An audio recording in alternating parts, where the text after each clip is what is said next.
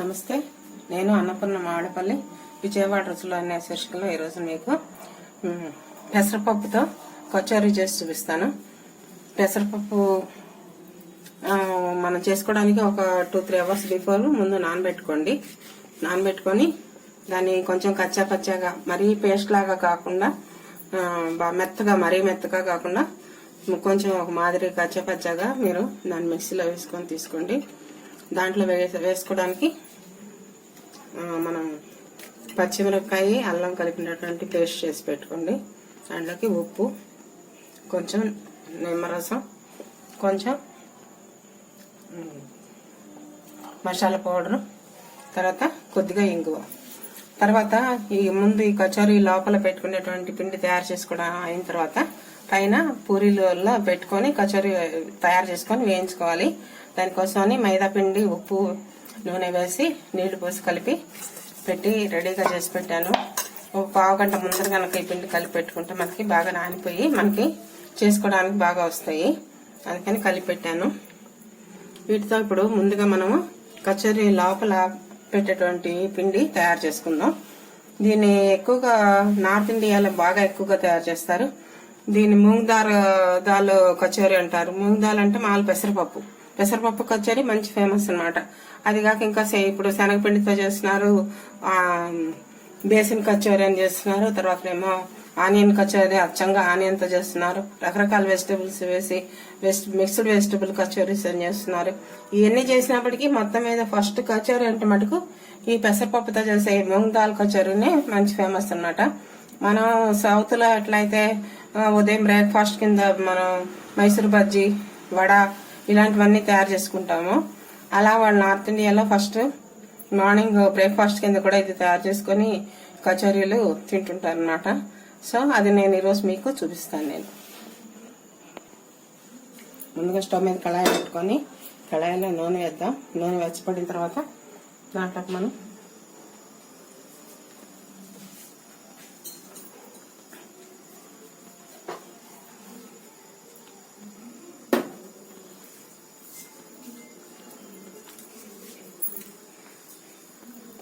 కొంచెం ఇంగువ వేసుకోండి.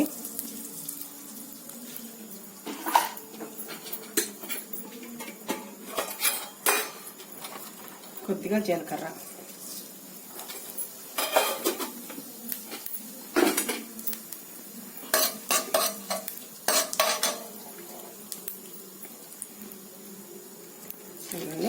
రుబ్బిన పెసరపప్పు పిండి.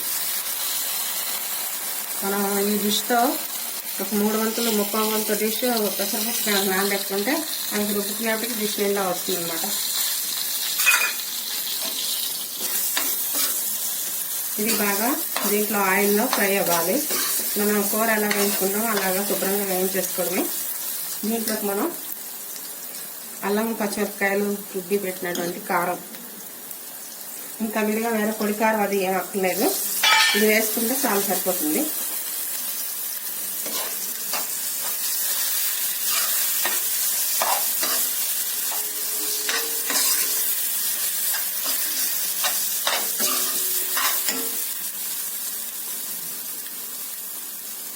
రుచికి సరిపడాగా ఉప్పు వేసుకోండి. అంటే మనం పైన పిండిలో మైదా పిండిలో కూడా ఉప్పు వేసుకుంటాం కదా, అందుకని చూసుకొని వేసుకోండి. మరీ ఎక్కువ కాకుండా ఉంటుంది. ఎందుకంటే ఈ కూరలో ఒక ఉప్పు మైదా పిండిలో పైన పెట్టేటువంటి దీంట్లో ఉప్పు అంతా కలిపి మరీ ఎక్కువైపోయింది అనుకోండి, మనం తినలేమన్నమాట. ఇబ్బందిగా ఉంటుంది, తినడానికి బాగుండదు. అందుకని లైట్గా చూసుకొని వేసుకోండి.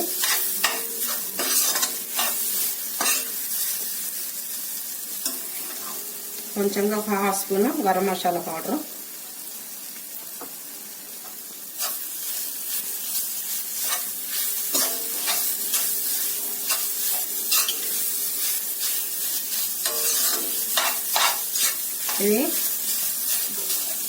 ఇది ముద్దలాగా కాకుండా కొంచెం పొడిపొడిలాడుతూ వచ్చేలాగా చేసుకుంటే కచోరీలు తినడానికి బాగుంటాయి. ఇది చాలా రెగ్యులర్ గా చేసుకునే టిఫిన్ అనమాట. అది వాళ్ళు మనం ఎప్పుడో కానీ చేసుకునే ఇలాంటి ఐటమ్స్ చాలా మందికి మన సౌత్ లో ఉండే వాళ్ళకి జనరల్ గా దీని గురించి పెద్దగా తెలియదు కూడా కొంతమందికి. అందుకని ఈ రోజున తయారు చేసి చూపిద్దాము, అందరికి తెలియజేద్దాం ఉద్దేశంతో ఇది తయారు చేస్తున్నాను. ఇది బాగా వేగిన తర్వాత ఇది పిండి కొంచెం చల్లారిన తర్వాత దాంట్లోకి మనం కొంచెం కావాలంటే ఆమ్చూర్ పౌడర్ వేసుకోవచ్చు. లేదు మేము ఆమ్చూర్ పౌడర్ కనుక ఒకవేళ లేకపోయినట్లయినా లేదు దానికంటే కూడా నిమ్మకాయ వేస్తే మంచి రుచిగా ఉంటుంది అనుకున్నా నిమ్మకాయ రసం ఒక నిమ్మకాయ తీసుకొని దాన్ని రసం తీసి దీంట్లో కనుక కలిపితే మంచి టేస్ట్ వస్తుంది. అంటే ఉప్పు పులుపు కారం అన్నీ తగులుతాయి కదా, దాంతో మంచి టేస్టీగా ఉంటుంది. ఇదిగోండి పెసరపప్పు కచోరీ లోపల పెట్టుకునే పిండి తయారైపోయింది, చల్లారిపోయింది బాగా. దీంట్లోకి మనం ఇప్పుడు కొంచెం నిమ్మకాయ రసం వేసుకుందాం. నిమ్మరసం వేస్తే మంచి టేస్ట్ వస్తుంది.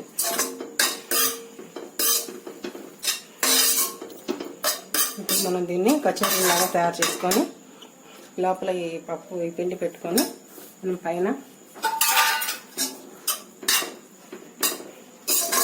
మైదా పిండితో మనం కచోరీ తయారు చేసుకొని వేయించుకుందాం. ఆయిల్ పెడుతున్నాను స్టవ్ మీద డీప్ ఫ్రైకి. ఇవి డీప్ ఫ్రై చేసుకుంటే బాగుంటాయి.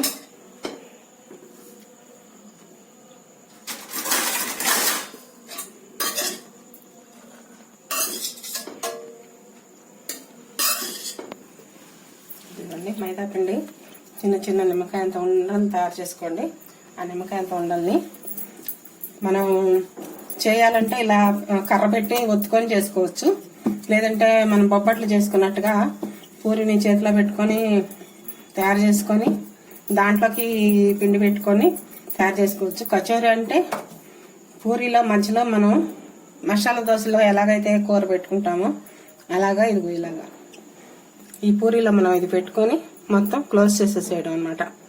ఆ క్లోజ్ చేసిన దాన్ని కొంచెంగా పెద్దదిగా ఒత్తుకోవడం కానీ లేకపోతే అలా చరుచుకోవడం కానీ ఏదైనా చేసేసి దాన్ని మరీ చరుచుకోవడం అంటే మన బొబ్బట్లాగా పెద్ద పెద్దగా చేయకూడదు, చిన్న చిన్నగా ఇలాగే ఉంటాయి, పూరీల సైజులోనే ఉంటాయి అన్నమాట. ఇదిగోండి ఇలా మూసేసేయాలి మొత్తం. చూసారు కదా ఇలా మొత్తం క్లోజ్ అయిపోతుంది. ఈ క్లోజ్ అయిపోయిన దాన్ని మనం కావాలంటే ఇలా చేత్తో చేసుకోవచ్చు. మనం చేసుకొని కుదురుతుంది అనుకుంటే చేత్తో చేసుకోండి, లేదంటే కొంచెంగా పిండి అద్దుకొని చిన్నవిగా ఒకసారి కొంచెంగా ఒత్తుకోవడం అన్నమాట. అంతే, ఇలాగ ఒత్తుకొని పక్కన పెట్టుకోవడమే. దీన్ని వేయించుకుంటే లోపల మనం తింటుంటే ఎక్స్ట్రా కర్రీ ఏమీ లేకుండా మనకి అది ఈ పెసరపప్పుతో చేసినటువంటి ఈ కూరని మనం ఆ రుచిని ఆస్వాదిస్తూ తినొచ్చు. లేదు కావాలనుకుంటే ఏదైనా పికిల్ కానీ సాస్ కానీ ఏదైనా వేసుకొని అయినా తినొచ్చు. ఇలాగా కర్రతో చేసుకుంటే మీకు ఈజీగా ఉంటుందని ఇలా చూపిస్తున్నాను. మామూలుగా ఇలా చేత్తో కూడా చేసుకోవచ్చు, మరోసారి ఇప్పుడు చూపిస్తాను అది. కానీ ఇది ఈజీగా ఉంటుందన్నమాట.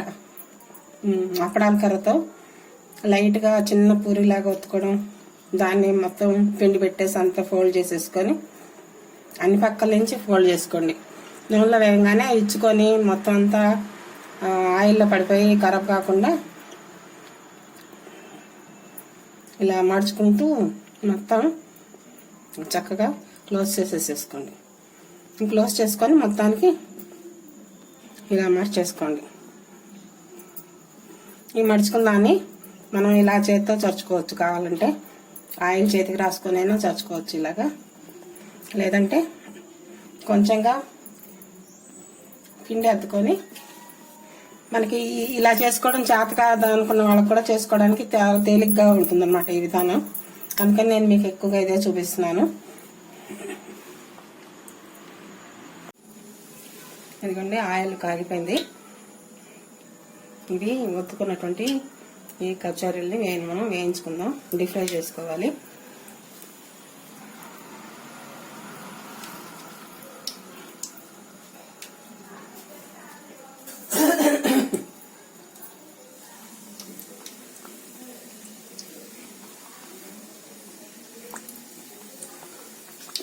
ఇంక దీనికి సపరేట్గా సైడ్ డిష్ నంచుకోవడానికి తినడానికి ఏం అక్కర్లేదు.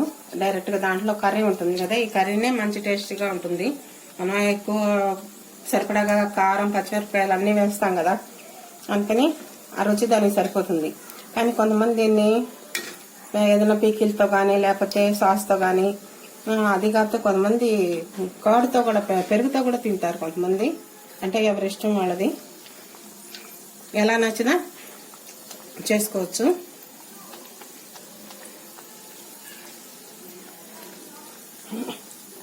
ఇవి మంచి వేడి వేడిగా కనుక తింటే చాలా టేస్టీగా ఉంటాయి. అందుకని తినబోయే ముందే చేసుకొని వేడివేడిగా కనుక తింటే చాలా రుచిగా ఉంటాయి.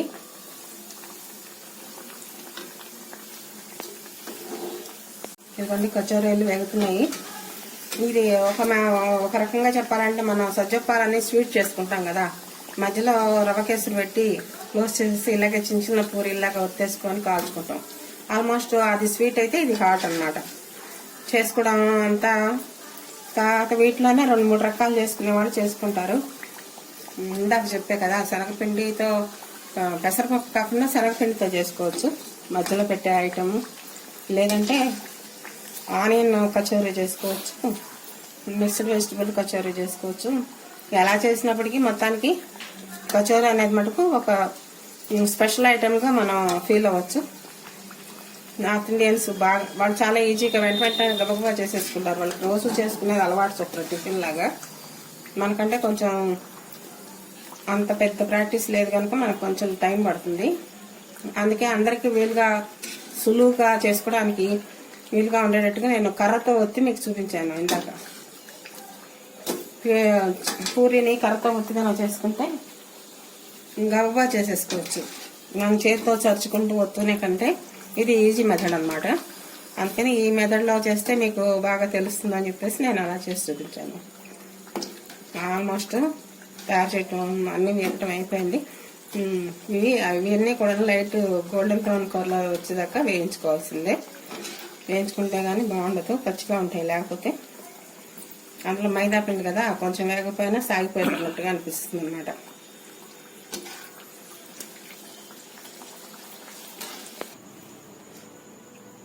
ఇదిగోండి వేడి వేడి పెసరపప్పు కచోరీలు, మూంగ్ దాల్ కచోరీ.